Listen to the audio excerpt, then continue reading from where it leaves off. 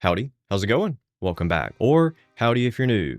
Today, I'm going to get you completely up to speed on the new ROG Xbox Ally X and the new ROG Xbox Ally that are coming out on October the 16th. I'm going to get you up to speed and give you all the details that you want to know, give you some comparisons, give you some things to think about, and give you my overall opinions. There's a lot to discuss here, so buckle up. If you're new here, definitely get subscribed, leave a like and a comment. Those things extremely are appreciated and they help out the videos so much. So if you're not doing those things, definitely do that. I would really appreciate it. All right, guys, let's dive right on in. Oh, also huge shout out to the channel OGs. Much love.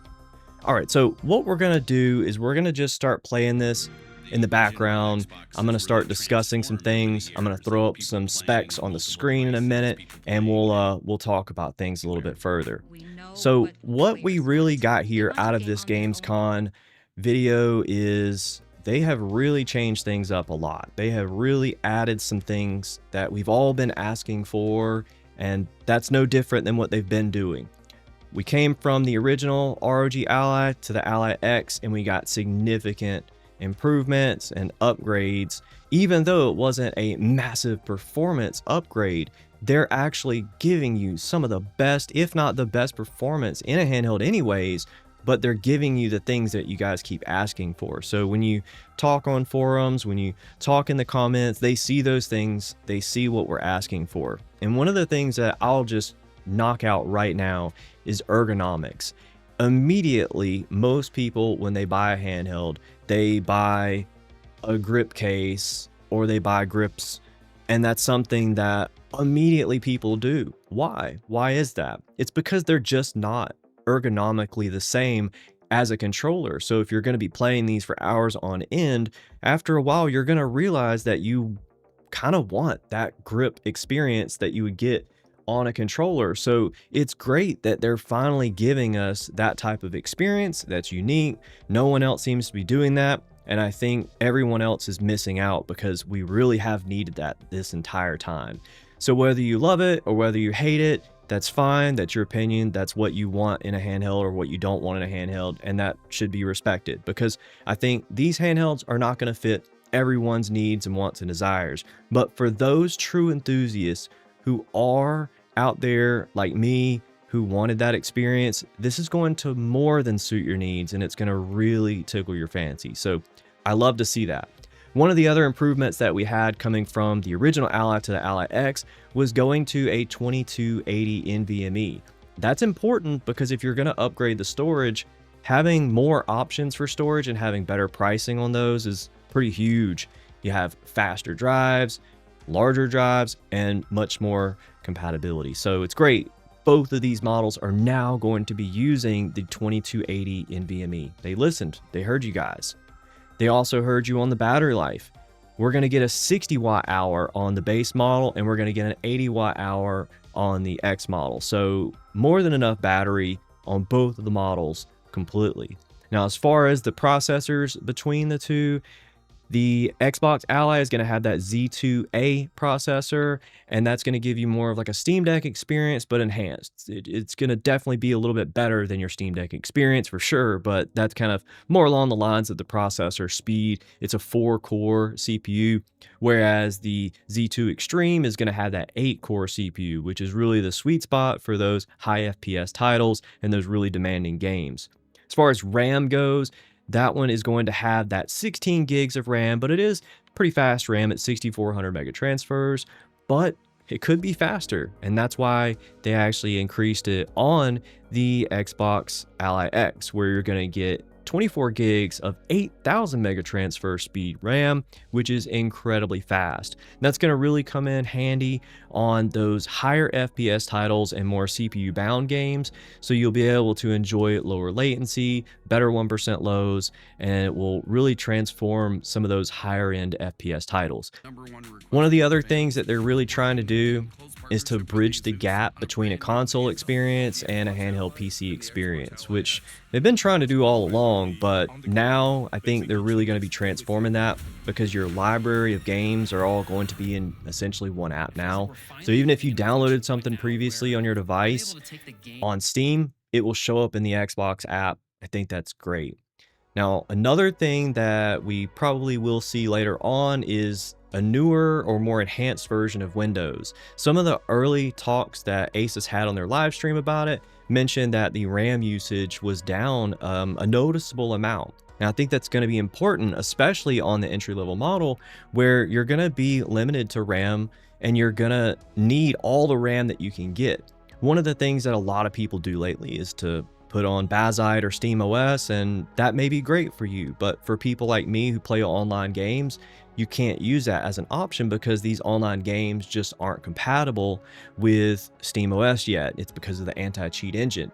So going back to Windows, one of the things that kind of made people switch to SteamOS is because of the idle RAM usage and how much system resources Windows is actually stealing away from you. So if we have a Windows experience that's geared towards gaming and especially handheld gaming, there's a lot of those services that they might be disabling or they might be giving less priority because you're gonna not need them. So I think it's great that we're getting some enhancements here that will give us more of our RAM back essentially. So even though the Ally with the Xbox Ally X isn't getting an increase on the RAM, I think essentially whatever we get freed up from Windows is going to be like that upgrade anyway. So if they're able to free up 2 gigs of RAM, 3 gigs of RAM, a gig, it doesn't matter. It would literally be the same almost as just getting another upgrade, because if you're going to just give us an upgrade and not enhance the OS, you're still going to have all that RAM stolen away anyways. So I think that was a nice little compromise. I definitely wish it would have been 32, of course, like some of you guys do. But honestly, if you open up something like HW Info and you look at the game's usage on the RAM and the VRAM and you have it tuned right, you're not really needing any more RAM or VRAM, especially on the Ally X in my experience. So what they're also going to be doing is tuning these games on day one. So a lot of the games that you download on a handheld, you have to manually tune a lot of those settings and kind of tweak things to get it to run where you want it to run, essentially, to get the FPS that you want, to get the quality that you want. One of the things that Steam Deck does, they've got those Steam Deck verified games where pretty much you download it, it knows you have a Steam Deck and it sets those presets and those settings. Microsoft is now doing the same thing, but I think it's going to be even better because they've got experience with consoles and console-like experiences, and they know that people don't want to just downgrade everything to 720p low. People want that 1080p high fidelity experience, so they're going to be trying to tune these games to hit either 60 or 120 FPS at 1080p. So that's a huge win where you might not have to go in and tinker with as many games as you used to. One of the other cool things is they're going to be doing a texture streaming pipeline essentially. So a lot of the game's textures are going to load in faster, and you're going to basically be able to open up a game and it launch up to 10 times faster. So it's pretty crazy. I can't wait to see that implementation, see if there's any increased latency or even less latency, to be able to see what that's actually going to feel like. That's a huge improvement. So what they're also going to be doing is really trying to make these games more accessible as well. So if there's a console only game too, I think it gets into it in a minute, you'll be able to stream that from your Xbox console or from the cloud directly to your handheld. That's really a nice thing there. And the VRR that the screen has, by the way, is phenomenal. So a lot of these games that aren't well optimized on day one, even if you're not getting a full 60 FPS, the VRR or variable refresh rate is going to be extremely helpful in smoothing out that experience. Battery life too. One of the things that Windows is known for is having all these services and things running in the background, kind of taking away from your battery. So if they're able to offload some of that, and they're also able to use the texture streaming pipeline, they're going to be able to give you better battery life on a lot of these titles and a lot of these games. And that's going to be very, very helpful to so many people, no matter which handheld you have. So giving us better battery life by those means, it's definitely a huge thing. Now, Gears of War and Doom and a few other titles are going to be day one optimized for these handhelds, so that's going to be cool. You'll see a little menu icon, and it'll tell you if it's optimized or not, so it should perform well on your device. And if they don't have any metrics about it yet, you'll also get another message which is performance check not available yet. That means you might have to tinker with a setting or two, but it should still play because most games coming out now on Game Pass just work out of the box for me. I don't have any issues with it. Those ergonomics, seriously, look at that right there, how it's filling out the hand entirely. So when you get these grips, when you buy them or 3D print them, that's the entire goal, is to fill out your hand so it gives you a better experience. But the problem with even buying grips is there's some play, there's some wobble, and it breaks your immersion. And in my opinion, I just always find myself not liking cases for whatever reason. I'll run them for like 6 months and then I'll remove them. Maybe it's just a mental thing. Maybe it's, I don't know, but I don't like the textures being different on the handheld and the grip. I'd rather it feel like it was made into the device and it doesn't slip and move. And I like things to just feel solid and well constructed. So I'm really glad that they gave us some nicer textures and they also gave us a nicer grip. Now, they also still have those front firing speakers, which is great because if you ever played a handheld with down firing or top firing speakers, it's terrible, especially if you're playing it on turbo mode and those fans are going. Man, it just breaks the immersion completely, and you're basically fighting to hear the sound even at full volume. The Ally X has some of the best speakers in the game, and I'm really happy that they stuck with that front-facing speaker setup. Now, one of the other things that did get improved was the speakers themselves from the original Ally to the Ally X, because they've got a different chamber inside of there, because now there's more room essentially. So I think they're going to be carrying that over hopefully, and we'll have that bassier sound. So these handhelds really have so much more immersion than a lot of other handhelds out there, and that's just simply because the experience is better. So I'm glad that they're bringing some of that stuff to the table on these new handhelds as well. It's really good to see. So another thing is the UI elements, font and searching and keyboards. They're going to focus more on making sure that that stuff is optimized, because nothing is worse when you need to type in a password for a game or you need to type in something and it just doesn't work right. You have to alt tab or you have to bring up something else. I've had a lot of issues with certain games not giving me a good experience with the keyboard before. So yeah, they're giving us that shared library I mentioned earlier. So essentially all your games are going to be in one little spot here. Nothing new there. If you've been playing on your Ally currently, you've probably seen that. And on launch, you'll have all the game stores you could download anyways. But it's cool that it's actually going to be in the Xbox app rather than just the Ally app. So it's really cool. So let's now talk about some of the specs after this. This is almost over. I'm going to go through all the detailed specs and give you a breakdown side by side. So you're going to be able to play all your PC native games on day one, which technically you could already do that for the most part. But I think they're going to be focusing on making sure that those older PC games even are going to work, because there was some Gears of War issues that I had where certain elements did not play right on the Ally and it wasn't that optimized. I can't remember if it was like the second Gears of War or what, but I tried it, so I'm glad they're bringing out that remastered version, and we're going to have that hopefully on day one with the best compatibility possible. So now let's talk about some of the specs again. Now, I mentioned the CPU, the Z2 Extreme. We now have access to that NPU, which is 50 tops. That NPU is going to help also take some clips. So if you're into highlights or video game reels and you want to show your best and favorite moments, it will use that NPU rather than your GPU to start clipping those and saving them to files for you. So I think that's pretty cool there. Hopefully you'll be able to just disable that in the Xbox game bar like you've been able to disable the game recording before, but there's that.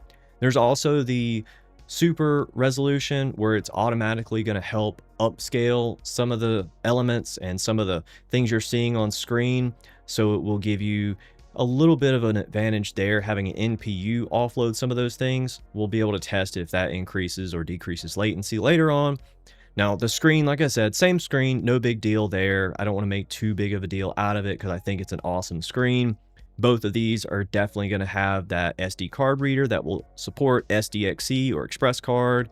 You're going to get your headphone jack, all the same stuff, display out. So if you're going to be hooking this up to your TV or your dock or whatever, you'll be able to enjoy the same experiences there as well. You'll also have Thunderbolt 4 on the Xbox Ally X. So if you're going to use an eGPU, you'll still be able to do that. As far as the weight goes, there's a little bit of a weight difference. The Xbox Ally X is going to weigh in at about 715 grams, and then the Xbox Ally is going to be 670, so a little bit lighter. Even despite the extra battery life, it's not that big of a deal. You'll still get a standard 65-watt charger, which is more than enough to get you started with. Wi-Fi 6E comes standard on both of them, so if you're going to be downloading large games, that Wi-Fi 6E is going to be much better than standard Wi-Fi 6, for example. Then you got Bluetooth 5.4, so that's basically the newest and latest and greatest with Wi-Fi. So if you're going to be doing some lower latency mice or headphones through Bluetooth, yeah, that's going to be helpful for you as well. Now, like I said, these will launch hopefully on October the 16th. These should be a day one type launch, so you should be able to walk into your retailer and pick up one of these, which is going to be great. I'm not sure on pricing or pre-ordering. If I run into that information and I can share it with you guys, I'll leave it in my community post, or I'll make a short or a video about it. I'll try to bring it to you somehow, so if you are subscribed, you'll be able to see that first, and I'll share some links as well. All right, so I'm really happy with what they've shown us so far. I'm excited about the better ergonomics. I'm excited about being able to have so many more optimizations coming within Windows and within our games, and to have a much better experience, because it's all about the experience, and that's what they're really trying to focus on here, and I'm really happy to see that. All right, so right as I was about to post this to YouTube, I got a post shared with me from the Fox, and he was replying to Wario over on Twitter or X. This is showing that these are going to be starting for the Xbox Ally X Z2 Extreme model at maybe around $900, and Kerry is saying that that is a crazy aggressive price, and I wholeheartedly agree. Now, I can't confirm at all or even find any pricing on this, but for conversation's sake, let's just roll with his post, because I do trust him in this industry, and he is at this time at Gamescom, so maybe he knows something we don't, he just can't officially admit it. I don't know. But check this out. The Ally X currently is $899, and if the bigger brother comes in at $899, that is a substantial deal. Now, I know $900 is a lot to me, it's probably a lot to you too, but if you're comparing apples to apples with other handhelds that have the Z2 Extreme, this would make it currently the cheapest Z2 Extreme handheld on the market. And I do think that is extremely worth it, because with the software advancements, with the stability, reliability, and the overall comfort and grip that you're going to get, and the battery life that you're going to get compared to any of the other Chinese boutique competitors, you will end up seeing a much better experience and value out of the Xbox Ally X. So if this was on your radar and you were wondering about pricing, or if I think it's worth it or not, for me personally, with what I see here, 100% I think it's worth it. Now, as far as the normal ROG Xbox Ally, I have no idea on the pricing with that. We'll discuss that as time goes on. Maybe we will get some official confirmation soon, but I do think that these things are going to fly off the shelves. If you're considering getting one, you definitely want to make sure that you can secure it, because I do think they're gonna go fast. I honestly cannot wait to see the performance difference, but also feel it. I think these things are gonna feel amazing. Now, if you have an ROG Ally OG, the white model, this would be a substantial upgrade. I can tell you that without even seeing the performance in my hands. I can just tell you that would be a more than capable upgrade to satisfy your needs. Now, if you have an Ally X currently, is that a justifiable upgrade for $900? I don't know. That's up to you to decide, but I honestly am always on the bleeding edge of technology. I think this is worth it to me, and if you are one of those people who would want the latest and greatest handhelds, buy it now, go ahead and resell your old one. You could recoup some of that cost back, so you wouldn't be out of pocket all that much money, because currently used Ally X's and even open box models are still selling for a good bit of money. So I think you could recoup some of your money back pretty quickly. Even the open box models are $755 at Best Buy right now. So yeah, if you're thinking about getting it, maybe you could sell the Ally X ahead of time, even before these launch, save up the rest, and there you go. You've got your upgrade set and you'll be super stoked that you did. I can tell you, this is going to be a really, really well received product if this is the price that it's going to be. So hopefully we'll be able to show one of these off in the near future. I'm going to work extremely hard to try to get my hands on one. And you guys know I am a massive enthusiast here. So anything that I can do as far as upgrades, mods, and tuning tutorials, and everything that you can think of, you'll be able to see that here on this channel, hopefully. And I cannot wait to bring those things to you guys, because the Xbox experience matched with the ROG experience, that is an insane collaboration, and I'm so glad that we're finally getting it. It's just, it's pretty awesome. You know, I'm a PC guy. I'm also really not a fan of playing SteamOS and Linux just because of the game limitations. So for me to be able to have my cake and eat it too, and hopefully we're not going to have to still debloat Windows and do all that tuning and worry about all of that. We'll have that experience that we would get after the fact already into the experience out of the box. So yeah, really cool. So if you liked this video, definitely leave a comment, leave a like, let me know what you think. Hopefully I can show you guys some more stuff soon. Maybe we'll get some more news, some more info. But until then, as always, I hope you have a good afternoon, good evening, or good night.